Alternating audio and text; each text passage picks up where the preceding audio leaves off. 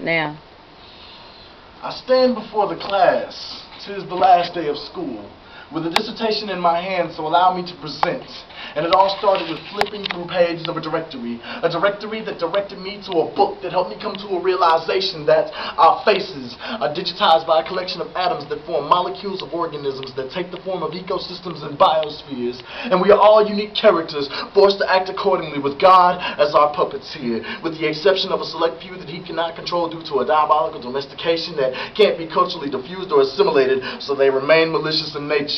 And who in the modern world of today can say that they know the origination of the scientific nomenclature of the Bible, the reason that the theories of Moses, Abraham, Isaac, and Jacob were administered to a system that fits our everyday lives? However, we continue to murder, steal, kill, and use names in vain.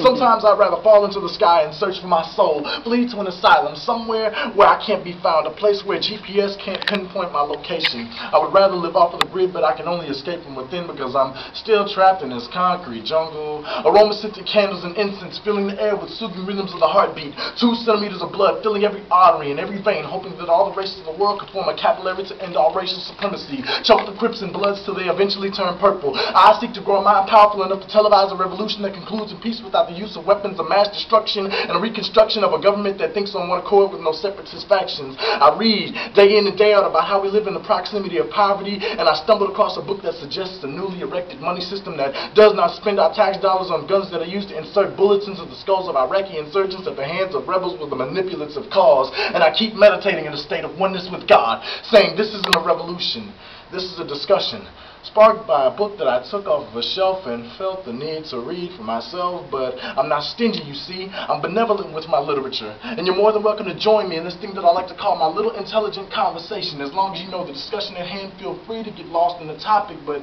if you have to ask questions, then you're not ready to know the answers yet. So meditate with me. Join me on this telepathic quest for pedantry until we read all the books on the shelves of the library, forward to the afterthought, until we unearth all the secrets that society hides from even the most intellectually distinguished neo-sapiens on the planet, because meditation with God is an honor, and knowledge can cut deeper than a dagger with a jagged edge, leaving you hemorrhaging with revelations of the ancients dating back to the Genesis. And there's no place in this universe that I would rather escape to other than heaven, but the only thing that's going to get me there is in the form of a book, you see.